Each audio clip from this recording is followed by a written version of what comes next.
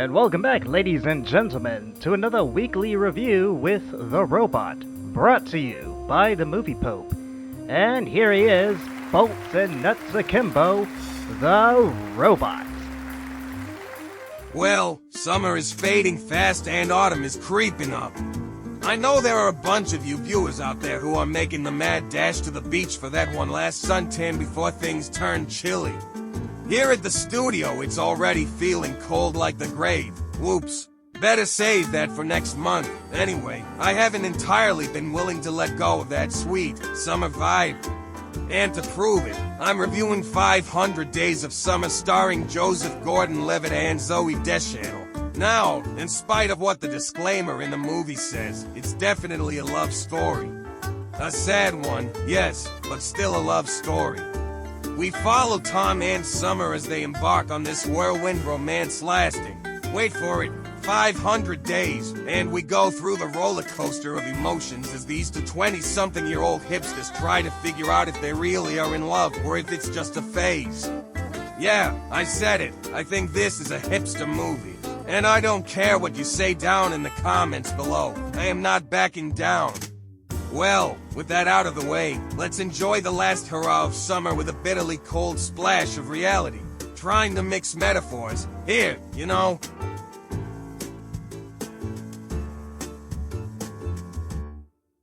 Summer Finn, played by Zoey Deschanel, is the girl who can't do no wrong.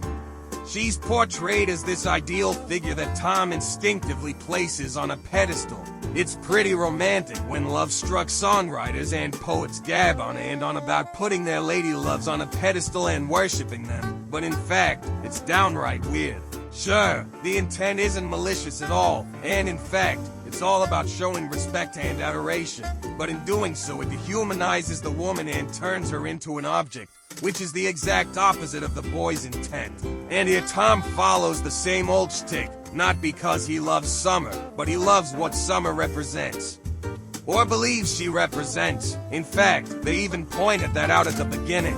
So when summer calls it quits and he falls to pieces, it dawns on Tom that summer isn't a concept or pretty doll or something to be adored as a god, but an actual person with personal goals, feelings, fears, and doubts. And that's the mistake that these love-struck poetry boys make. Guarantee they never think the woman has her own thoughts on the matter. The thoughts she does have are imposed and artificial. Tom projects his ideas onto Summer, and when it doesn't take, it leads to friction. But hey, can you blame a girl for wanting to branch out on her own? Yes, we can feel for Tom for having his heart broken, but if you think about it, he kinda did this to himself. Summer was, in many ways, trying to tell him who she is, but, of course, being love-struck, he was deaf, dumb, and blind to reality.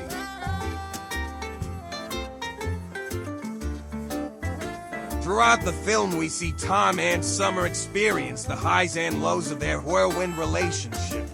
And frankly, there are a lot more lows than highs.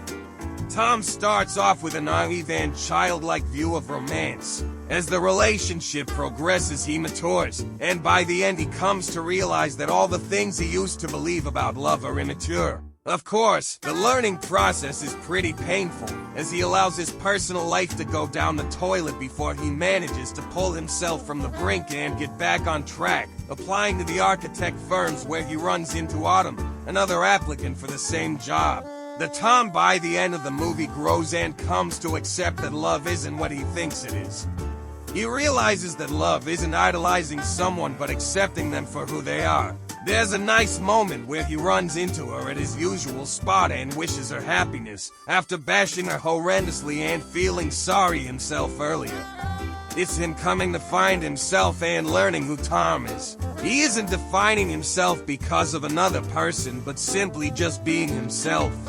The immature boy we meet at the beginning has become a fully grown man. Also, not wishing to cast aspersions, but sweater vests aren't cool. Tom rocks them quite a lot, but hey, if that floats your boat, go for it.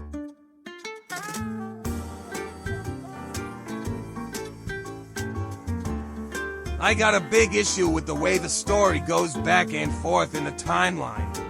We start off with day 500, then 288, and day 1, and 40, and so on and so forth. However, I can appreciate why they do it because they're contrasting the happier moments with the sadder ones.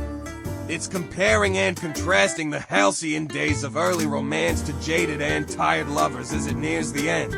Call me old-fashioned, but I prefer the traditional 3-act structure where we go from beginning to end. There's a bit of a quirky hipster aesthetic. Mark Webb, the director, was showing off his hipster street cred by imitating Wes Anderson, which is nice, I suppose, but for us normies we could do without. And anyway, do we need to learn about Tom and Summer's childhoods and personal quirks in lengthy exposition? You can just tell a simple love story and let the characters speak for themselves, whether verbally or through their actions. I certainly don't care to know what Summer Finn did in 1998 or why Tom is such a hopeless romantic. Just by his actions of wanting to keep a dying relationship alive should be indicative of who the characters are. You don't need to spell it out for us, geez, we're not stupid.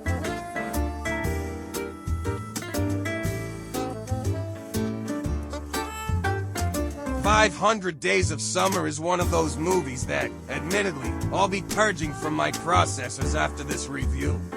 But before I do that, I will say that it is a love story that doesn't end on a happy note. Not in the traditional way, anyway, where the guy gets the girl and they live happily ever after. And it's pretty hipster, too, from the characters to the soundtrack to the frequent presence of coffee, which I understand was the drink of choice for millennials back in the day.